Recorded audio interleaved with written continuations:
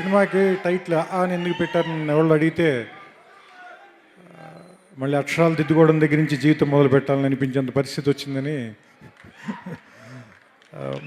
ఎందుకంటే పని చేయటంలోనూ గెలవటంలోనూ ప్రయాణంలోనూ మనం ఎక్కడ మొదలు పెట్టామో మర్చిపోయే అవకాశం ఎప్పుడూ ఉంటుంది. మనం ఎవరము, మనం ఎక్కడి నుంచి వచ్చాము. సో ఎప్పటికప్పుడు వెనక్కి తిరిగి చూసుకుని మన మూలాల్ని మనం వెతుక్కునే ప్రయత్నం ఎప్పటికప్పుడు చేస్తూనే ఉండాలి. అలాంటి మూలాల్ని వెతుక్కునే ఒక ప్రయత్నమే కొన్ని జ్ఞాపకాలు ఎప్పటికీ మర్చిపోలేం. కొన్ని ప్రయాణాలు ఎప్పటికీ ఆపాలనిపించదు. కొన్ని జ్ఞాపకాలని ఎప్పటికీ మర్చిపోవాలనిపించదు. కొన్ని అనుభూతుల్ని ఎంత పంచుకున్నా సరిపోవాలనిపించదు. నాకు ఎప్పటి నుంచో నన్ను చిన్నప్పటి నుంచి ఇక్కడ దాకా తీసుకొచ్చిన ప్రయాణం కానీ, నా అనుభూతులు కానీ, నా స్నేహితులతో నేను మాట్లాడిన మాటలు కానీ, సాయంత్రం పూట సరదాగా క్రికెట్ ఆడినప్పుడు అయిపోయిన తర్వాత సిగరెట్ అలవాటు ఉన్న రోజుల్లో అది కాలుస్తూ కబుర్లు చెప్పిన రోజులు కానీ, ఒకటికే డబ్బులుంటే 1/2 తాగుతూ సరదాగా సంభాషించిన రోజులు కానీ, ఏమవ్వాలి అనుకున్నప్పటి క్షణాలు కానీ, అవి అయిపోయిన తర్వాత వెనక్కి తిరిగి చూసుకుంటే తీయగా ఉంటాయి. వాటన్నిటినీ ఎలా వెనక్కి తిరిగి చూసుకోవాలని ప్రతి మనిషి అనుకుంటాడు. రాసేసిన డైరీలు మళ్ళీ ఎలా చదవాలని అనుకుంటాడు. ఇది కూడా నేను చాలా రోజుల క్రితం రాసేసిన డైరీ, దాన్ని మళ్ళీ చదువుకోవాలనిపించింది. దాన్ని ఆగా తీశాను. ఇది మీ అందరికీ నచ్చుతుందని అనుకుంటున్నాను. ఈ సినిమాని ముందు పైకి ఎక్కించడానికి, తెర మీదకి ఎక్కించడానికి నా వెనకాలే బలంగా నిలబడింది మాత్రం రాధాకృష్ణ గారు. నువ్వు ఏదనుకుంటే అది చెయ్యి, ఎలా కావాలనుకుంటే అలా చెయ్యి. ఎందుకంటే ఇది విన్న వెంటనే నాకు ఒక మంచి ఫీలింగ్ ఇచ్చింది. చూసిన తర్వాత ఆడియన్స్కి కూడా అంతే మంచి ఫీలింగ్ ఇస్తుంది అని నేను నమ్ముతున్నానని మొత్తం ఈ సినిమా ప్రయాణం అంతసేపు మాతో పాటు అంతే బలంగా నిలబడిన వ్యక్తి చంద్రబాబు గారు. సో ఫస్ట్ నేను ఆయనకి థ్యాంక్స్ చెప్పాలి. ఇది హీరో సినిమానా, హీరోయిన్ సినిమానా అని అడగకుండా ఇది కథున్న సినిమా అని నమ్మి చేసినందుకు నితిన్కి నేను పర్టికులర్గా థ్యాంక్స్ చెప్పాలి. అండ్ సామాన్యంగా హీరోయిన్లు 50 రోజులు 60 రోజులకి మించి 40 రోజుల్లో సినిమా తీస్తారు. మీరు నెల్లాళ్ళే డేట్లు ఇస్తామని రోజుల్లో ఎన్ని రోజులు కావాలంటే అన్ని రోజులు మేము ఎప్పుడు అడిగితే అప్పుడు తన ఇబ్బందులన్నీ సర్దుకుని మరీ వచ్చాయి. మాతో పాటు అనసూయ రామలింగం అనే క్యారెక్టర్ని ప్రాణ ప్రతిష్ఠ చేసిన సమంత గారికి మనస్ఫూర్తిగా నా థ్యాంక్స్ చెప్తున్నాను. అండ్ నదే గారిని చాలా బాధ పెట్టాం ఈ సినిమాలో. ఎవ్రీడే బోల్డ్ అని డైలాగులు. ఆవిడ నిజంగా ఈ సినిమాలో చదువుకున్నంత చదువుకుని ఉంటే ఈ పాటికి గొప్ప కలెక్టర్ డాక్టర్ అయిపోయింది. ఆవిడ అంత చదువుకుంది ఆవిడ నిజంగా చెప్పాలంటే. సో అందుకని ఆవిడకి థ్యాంక్స్ చెప్పాలి. అండ్ ఈ సినిమాలో నాగవల్లి అనే ఒక క్యారెక్టర్ని పర్ఫామ్ చేసింది అనుపమ.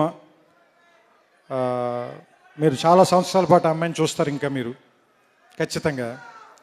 అలాగే ఈ సినిమాలో నాకు దొరికిన ఇంకొక మంచి నటి హరితేజ. ఈ అమ్మాయిని కూడా మీరు చాలా సంవత్సరాల పాటు చూడాలి.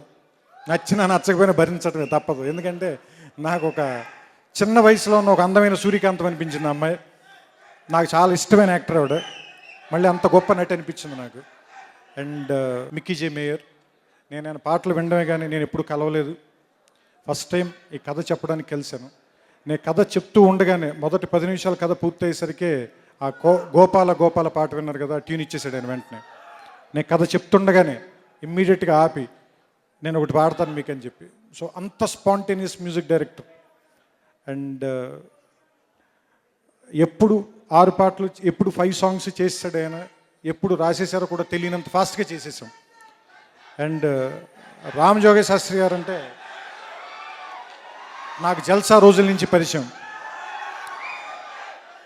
జల్సాలో ఏదో ఒక అల్లరి పాట రాసాం కానీ అత్తారింటికి దారేదిలో చాలా అర్థవంతమైన పాటలు, దేవదేవం భజే, బాపు గారి బొమ్మ, అన్నిటికంటే ముఖ్యంగా కలేజాలో సదాశివ సన్యాసి.